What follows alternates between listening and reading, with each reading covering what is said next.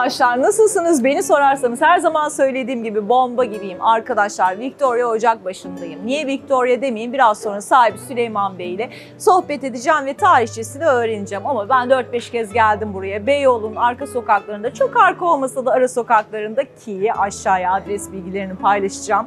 Mistik ve otantik görüntüsüyle her gün aynı tatlı leziz et yemek istiyorsanız muhakkak gelin diyorum. Ben burayı tuttum arkadaşlar. Sizle de paylaşmak istedim. Hadi gidelim Süleyman Bey'i bulalım ve onunla sohbet edelim. Burada muhteşem bir aşk hikayesi de var. Belki bize bahseder.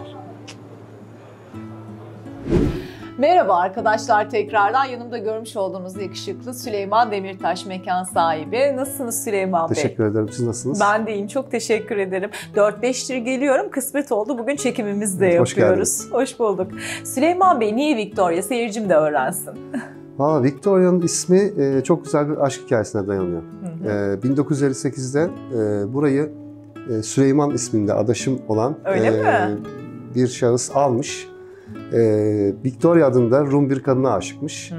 1-2 sene onun peşinde koşarken burada da burayı işletmeye devam etmiş.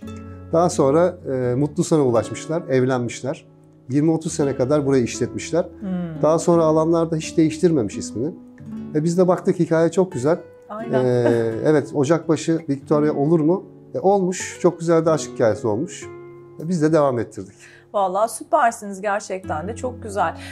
Çok acayip bir tarihi var buranın. Yani kaç yıllık bir bina sizce bulunduğunuz bina? Bina bizim bildiğimiz 220 yıllık. Bayağı çok eski. Eskiye dayanıyor. Evet. Zaten yapısından da belli, her şey orijinal yapının.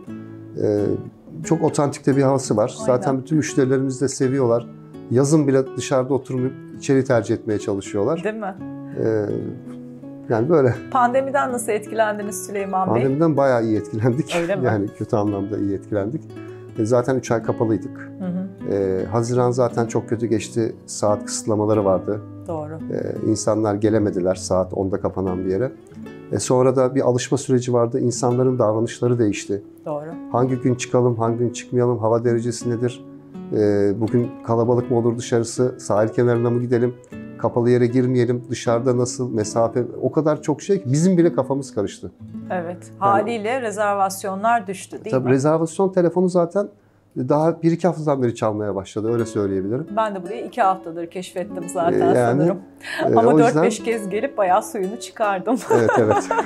Ama sevdiğim yere ben böyleyim Süleyman Bey. Devamlı giderim ve siz oranın de müdavimi olurum yani. Enerji olarak da siz çok güzel enerji getirdiniz. Teşekkür ederiz. Ben teşekkür ederim. İyi ki böyle bir yere işletiyorsunuz. Aldınız da sizle tanıştık ve biz de geliyoruz. Çünkü çok lezzetli et sunumunuz var ve 4-5 ayrı seferde gelmeme rağmen ilginçtir ki hep aynı tadı alıyorum, aynı lezzeti alıyorum. Hep aynı yerlerden mi alışveriş yapıyorsunuz? Tabii ki. Onun sırrı nedir? Ona çok dikkat ediyoruz. Eti özel kestirip özel getirtiyoruz. Biraz pahalıya mal oluyor bize ama bunu müşteriye de yansıtmıyoruz. Önemli olan müşterinin lezzeti iyi alması, kaliteli olduğunu hissetmesi. Mesela Ankara çubuk turşusunu Ankara'dan getirtiyoruz. Salçayı Antep'ten getirtiyoruz. Yerinden hep. Tabii yerinden getirtiyoruz. Zeytini mesela Aydın'dan getirtiyoruz. Zeytinyağı aynı şekilde Ege'den getirtiyoruz. Yani bu şekilde zaten müşteriye kaliteli bir hizmet sunabileceğimizi düşündüğümüz için bu şekilde. Doğru, haklısınız. Öbür türlü çünkü müşteriyi bir aldatırsın, 2 aldatırsın, 3'üncüde de gelmez tabii zaten. Tabii ki, çünkü ben de bir yere gittiğim zaman müşteri olarak aynı şeyi bekliyorum. Aynı şeyi beklediğim zaman bakıyorum müşteri de aynı şeyi bekliyor. Çok basit bir mantık aslında. Doğru, yani haklısınız. Bence. Evet, empati yapmak lazım. Peki kaç kişilik bir kapasitemiz var? İçerisiyle, dışarısıyla, yani kaç kişi alabiliyoruz? Ya şöyle, geçen sene 156 kişi almıştık. Ama komşularımızdan sandalye falan istemek zorunda kalmıştık o şekilde. Geçen sene Üzay'da yapıyordunuz burada. Evet. Anlatmıştınız bana. Evet. Biraz bahseder misiniz? Ya şöyle, müzayedecilik çok enteresan bir sektör. Özellikle de hobi olarak zaten bu gelişiyor insanlarda. Burada evden çıkan ikinci el dediğimiz ama ikinci elin ilk eli aslında sunuluyor. Herkes birer poşet evinden bir şeyler getiriyor. Dedesinden kalan, babasından kalan ya da başka hediye olan her şey. Yeni de olabiliyor bu tabii. Burada satışa sunuluyor. Satışta değil aslında. Mübadele diyoruz biz ona. Çünkü satış olunca ticaret gibi anlaşılmasın. Burada takas işlemi oluyor. Herkes birbiriyle o malzemeleri takas etmiş oluyor. Yani her çeşit malzeme olabiliyor. Tabii resim de olabiliyor, bir kartpostal da olabiliyor, oyuncak da olabiliyor, teneke bir polis arabası da olabiliyor, Çok eskiye tatlı. dair bilye olabiliyor. Yani burada aslında bütün çocukluk anılarınızı geri alabiliyorsunuz o müzayedede. Ben şey diyorum buna, terapi. Birkaç Aynen. saat terapi. Bence de. Hiçbir şey düşünmeden burada terapi görüyorsunuz.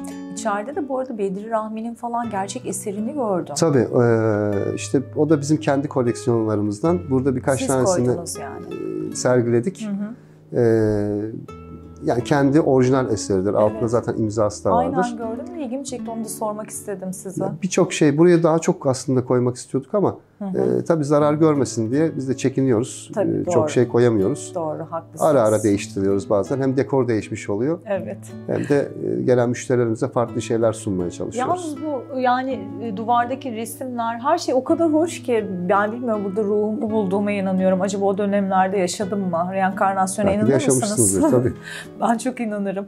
Peki bir şey sormak istiyorum. Ben biliyorum ama seyircim de hani öğrensin istiyorum. Çünkü onlar beni çok iyi biliyorlar. Ben yemek yemeyi çok seviyorum. Eğer de bir yere gidiyorsam ve aynı lezzeti de hep aynı şekilde yakalıyorsam onlarla da paylaşıyorum. Sizde de çekim yapma amacım buydu. Aynı şeyi sizde de gördüm çünkü. Ama birazcık hijyen ve temizlik olaylarımızdan da bahsedelim. Ben biliyorum ama seyircim de duysun ki gelmek isterlerse emin ellerde olduklarını bilsinler. Ya şöyle söyleyeyim. Şimdi burası daha çok müdavimimiz olan bir yer. Evet. Pandemi zamanında da şöyle bir espri oldu. Ben evdeyken hepsi arıyordu, ben de arıyordum. Pandemi zamanında nasıl geçirdiğimizi birbirimize anlatıyorduk. Ben dışarıdan sipariş istiyordum. Evet. Kapının önünde arabam vardı. Arabamın bagajını açıyordum. Oraya siparişleri koyduruyordum. 2 gün Çok sonra iyi. alıyordum.